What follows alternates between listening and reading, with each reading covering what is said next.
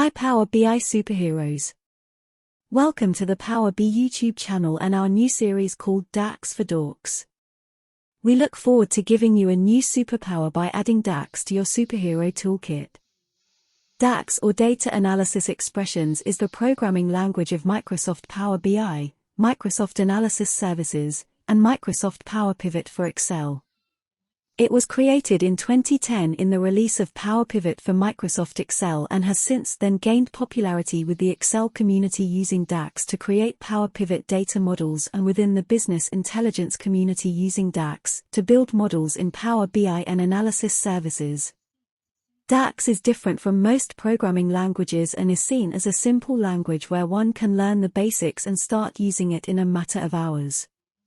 The complexity, however, arises in understanding the more advanced concepts.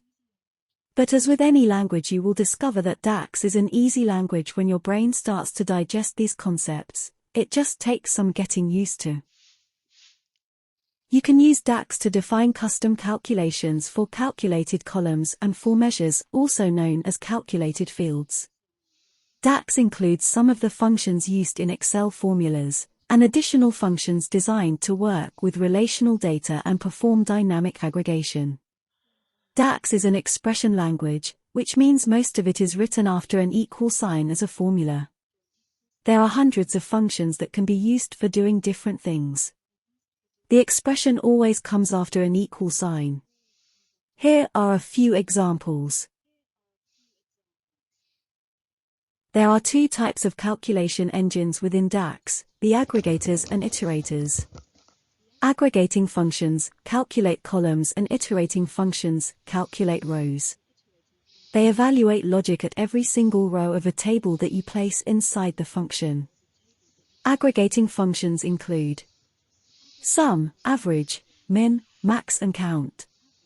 Iterator functions are functions that have an x at the end, like sum x, average x, min x, max x, and count x.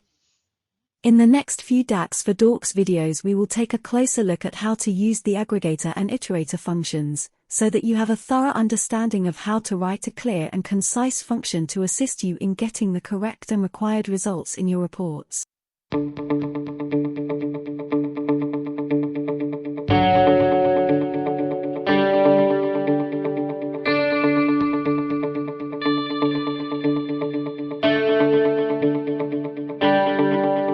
To make sure you haven't missed anything, we have included additional links in the YouTube video description below. Go and have a look to ensure you maximize on all the free resources. Thank you for watching our video. If you've enjoyed the content, please like our video and leave us a comment below. To ensure you don't miss out on more free tutorials, please hit the subscribe button below. We look forward to seeing you next week, Power BI superheroes.